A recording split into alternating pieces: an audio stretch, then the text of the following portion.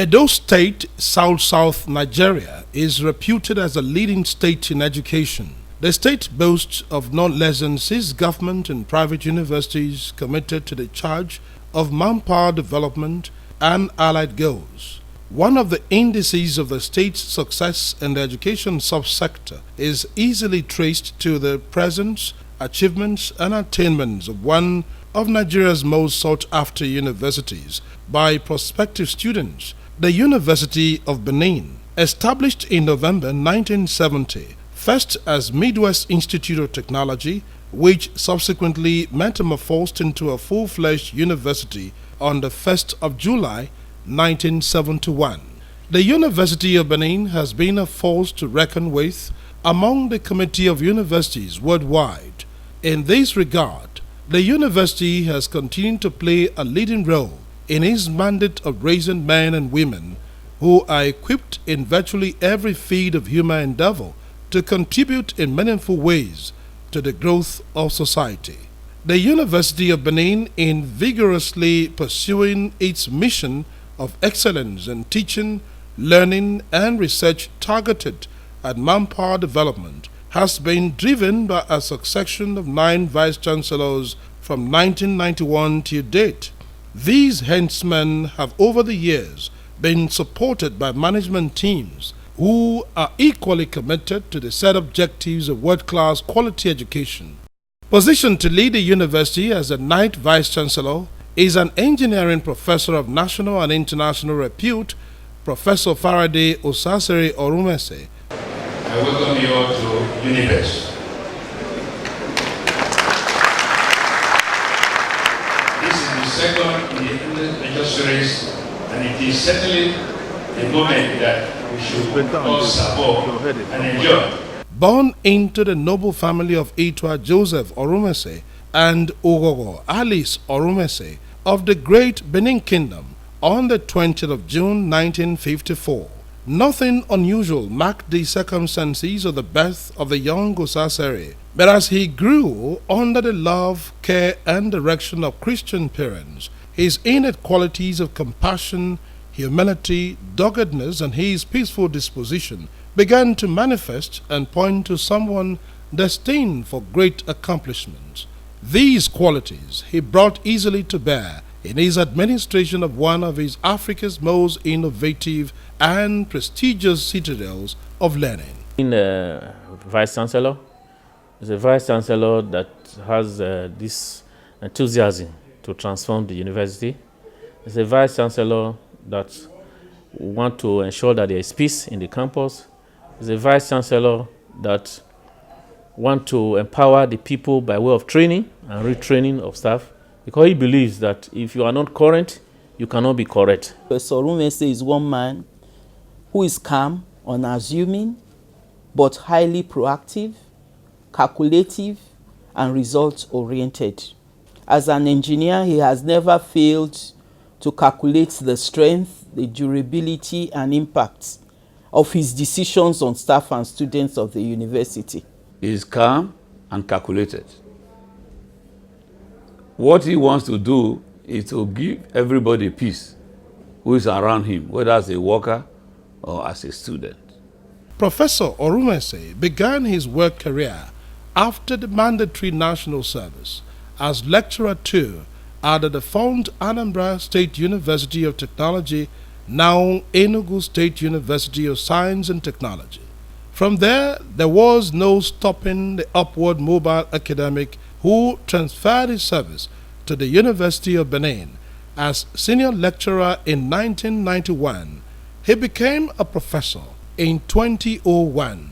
As a child, I had the belief that, everyone has something to offer to the society. That informed my quest for education, to give back to the society what it deserves, coupled with my upbringing, prepared me for the position I am occupied today. That Professor Faraday Osasere Orumese is an astute academic and administrator par excellence is not in doubt. A man of very few words, but immense action.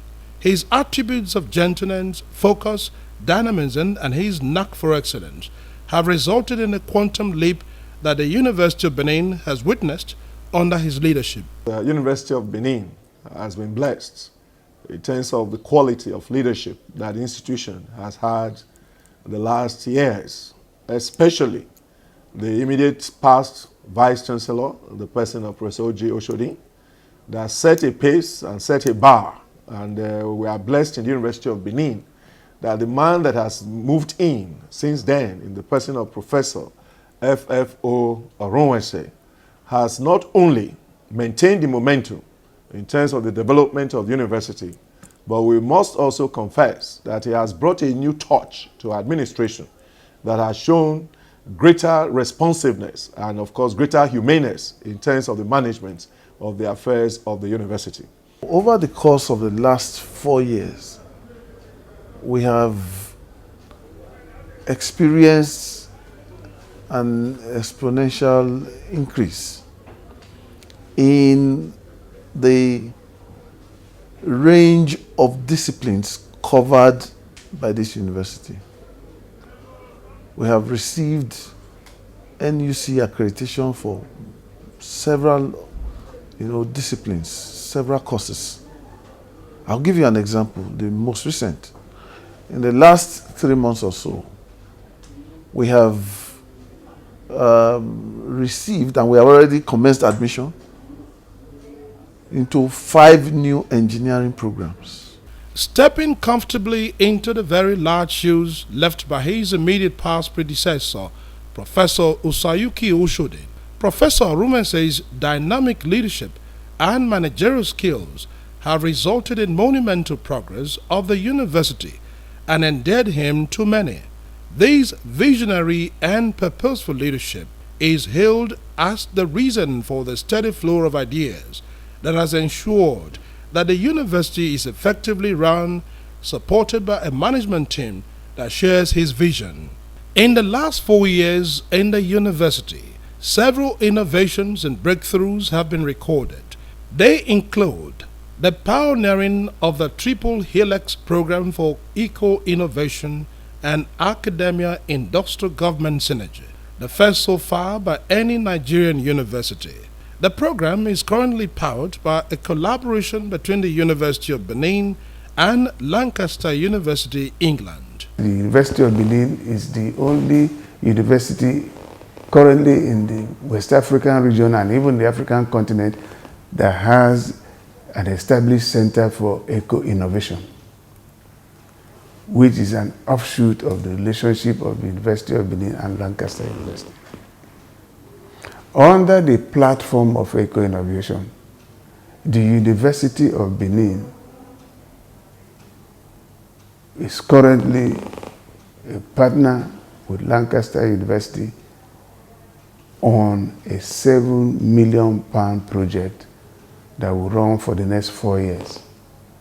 The development of CBT software for the conduct of computer-based tests for the Joint Admissions and Matriculation Board (JAM), as well as the university's internal examinations. Phenomenal improvements of the information technology ICT platforms to meet with the 21st century cutting-edge technology has led to increased visibility of the university and its high webometric ranking. We develop a software for CBT. Even for JAM, may surprise you. Yes, we were giving that money, that matching order. So we did that. The World Bank has recognized and designated the University of Benin as a center of excellence in reproductive health innovation (SERI) in a sustainable partnership.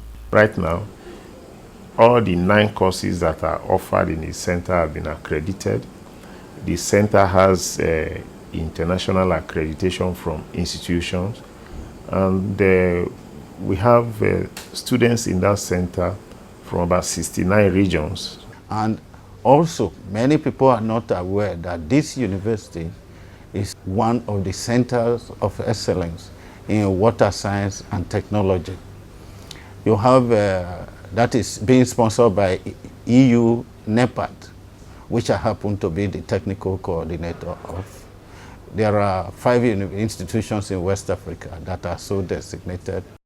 The recognition and sponsorship by Shell Petroleum Development Company of a Center of Excellence in Geosciences and Petroleum Engineering is another feat by the university. This initiative has helped to focus and redirect the technology drive of the institution and has ensured the sustenance of the objective of the founding fathers and promotion of the much required academia-industrial linkage in a sustainable way. We have other centers of excellence. There's one in the petroleum industry where we're partnering with Shell as well as Mobil to try and train our engineers in software development for the use of the oil industry. The boost to academia industry synergy in ensuring strong and effective capacity building is responsible for the university's response to the needs of society, especially in agriculture, in order to guarantee food security and fulfill its motto of knowledge for service. The University of Benin is engaged in the production of UNIBEN fish. It's catfish, both fresh and smoked, which are packaged, vacuum sealed for sale to the general public. And we're also into the production of birds, poultry, broilers, and we also have layers that produce eggs for consumption. In fact, we meet the university community's demand and also make some sale to the outside community. The Faculty of Agriculture has its own farm, which the students use for their field practical training. It's a hands-on thing. Our universities in Nigeria, not just UNIBEN, should focus on agriculture. Because I believe personally that agriculture is the only way out, for us, to take out our youths from the streets in terms of employment, in terms of food security. If you look at the federal highways from Lagos, you drive all the way to Maiduguri, you can hardly find any organized farm. From Calabar, you drive all the way to Sokoto, you can hardly find any organized farm. So I think what's the way forward is about, I believe, is practical education. It's not just sitting in the classrooms and teaching children, the theory of studies, because in the next few years also, it's not really about intelligence, that will drive the society, because there's artificial intelligence taking over, the landscape. You have robots doing everything now. Under the purposeful leadership of Professor FFO Orumese, infrastructure development has been boosted immensely to measure up to the astronomical increase in students' admission and enrollment from 6,000 previously to the current 11,000. The improvement of the admission quota is a pointer to the fact that infrastructural development of the university has increased, because admission is based on what you have. If you have capacity to absorb 100 students, that is what they will approve. But if you have a capacity to absorb 150 students, they will give it to you because they know that you have the capacity. And you see have been coming, accreditation panels have been coming and discover that we have these facilities, and hence they have even improved and increased our quota. I can see left, right, and center buildings springing up, and obviously I think it's due to the fact that we are in the good books of the federal government. Otherwise, they will not release funds. Education, trust fund, interventions. And some philanthropies also contribute to enhancing the physical development of the university. And this is very encouraging in this time that things are very hard, you know, and to see buildings springing up left, right, and center, that's a wonder, you know, where the money is coming from. The side B, which is the river side, you will see very great and wonderful structures that are going on there, very massive, and different categories, including student hostels, faculty projects, etc. It goes to show that the university is expanding and developing at a pace that one would expect that the last 3 years to assess the VC has haven't done its very best.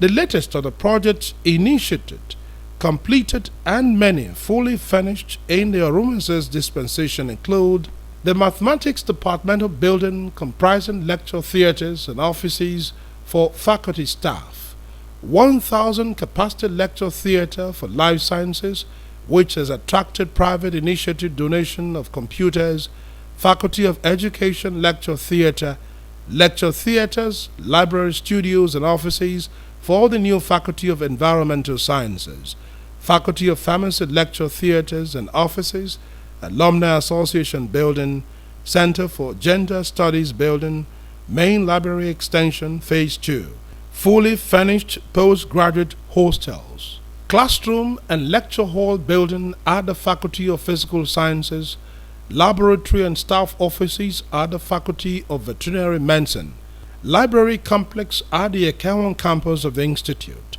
Center of Excellence in Reproductive Health Innovation, Cereal Building, 2 main bowl football pitches at the B site of the university, and an ultra-modern fully furnished female hall of residence. In our rooms, we have reading tables and chairs, and if you don't want to read in your room, in case the room is noisy, you can always go to the reading room. We have like 3 reading rooms in the hostel. As you can see, the environment is very clean. The toilets and bathroom are also very nice. They're also working on our kitchen to make it better off so that we can keep our things and be able to cook. He has been able to also make use of the needs assessment funds and the TED fund grants, so it's commendable. University of Benin is talking about improvements in infrastructure, although we cannot just do everything within these 3 years. He's still doing his best before he leaves office to see what he can still accomplish. Worthy of note also is the development of the e-library, a gesture that has altered the narrative of the much talked about waning reading culture among students and scholars. In fact, the university's ICT library has ensured its international visibility and has been rated by the National Universities Commission as one of the best in the country. The library on its own is also doing a study to really find out where can we really meet these students. Is it more on the e-platform or on the print platform?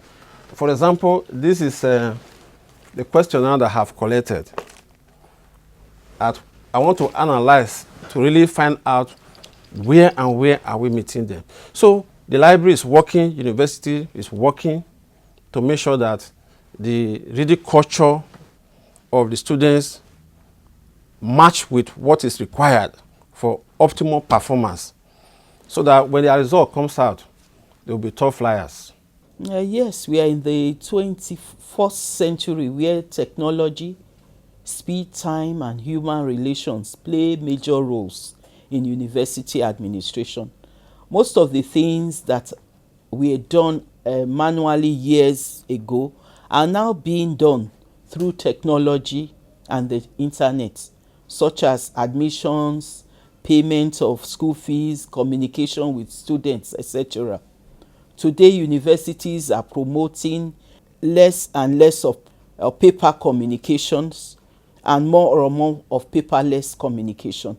A visit to the library revealed an aspect not easily discernible, even by members of the university community: the engagement of indigent students in the work-study arrangement to ensure that such students do not drop out of school. This innovative gesture has received enormous boost in the current dispensation. Several other achievements mark out the Orumense years as progressively purposeful, For example, never in the history of the university have professors and scholars been as ginger to present inaugural lectures. At an average of 3 lectures a month, the feat has been hailed as promoting academic excellence and successfully bridging the gap between the town and gown. From 2014 up till November 2018, a total of 62 inaugural lectures on diverse topics have been delivered. One way, our colleagues, tell people what they are doing, right? The interaction between town and gown, right? So, it's a challenge. Every person, sees it as a challenge. Also, the Orumese stewardship has bettered the eminent lecture series, with 3 delivered so far by international scholars, while an annual research day to showcase researches and breakthroughs has been instituted. Culture would appear to be its own worst enemy. Perhaps I should adjust that remark, making it read that culture often serves the enemies of culture. Also, as part of the desire for academic excellence, the University of Benin, more than ever before, is collaborating with the many international bodies, including foreign universities. This has ensured immense support for the institution and created opportunities for research on an international scale, as well as knowledge exchange program. One of such foreign universities is the Lancaster University in the United Kingdom, which has trained about 50 staff of the university. These achievements are attributed to the untiring efforts of the Vice-Chancellor and his management team to place the university on a world-class pedestal. The collaboration with foreign universities are giving room for best international practices and standards. It has also created an opportunity to exchange knowledge and technology transfer. A team player, Professor Faraday Osasere Orumese, has deployed his professional background to engineering and re-engineering the university by constantly bringing on board persons regarded as role models to head critical sections and to ensure that his vision and mission of excellence are maintained at all times. As a man of peace, Professor Orumese believes that the objectives of peaceful coexistence and progress are best served by the prioritization of staff and students' welfare. It is only logical that the pursuit of excellence should attract reward. In this vein, the University of Benin has in the last 4 years been the recipient of numerous excellence awards, both in academics and in sports. To the credit of Professor Osasere Orumese, the university is to a large extent perceived as a good training ground for administrative excellence because of the preponderance of the appointment of its administratively exposed staff to head other institutions of higher learning. For the University of Benin, under the stewardship of Professor Faraday Osasere Orumese, it has been ceaseless encomiums from far and near. Let me place on record the harmonious working relationship between the new Pro-Chancellor and Chairman Governing Council, Right Honorable Isa Muhammad Ashiru, and the Vice-Chancellor, Professor Orumese, which has resulted in the sustained pace of infrastructural development and renewal. Also worthy of commendation is a Tertiary Education Trust Fund for funding some of these projects. I'm happy to note that within its 7 months of providing guidance to the University of Benin, the Council is impressed with the record of achievement of the Vice-Chancellor and his management team. As the glorious years of the Orumese administration at the University of Benin peak, the years ahead are envisaged as blissful years because of the legacy of excellence that has been solidly consolidated.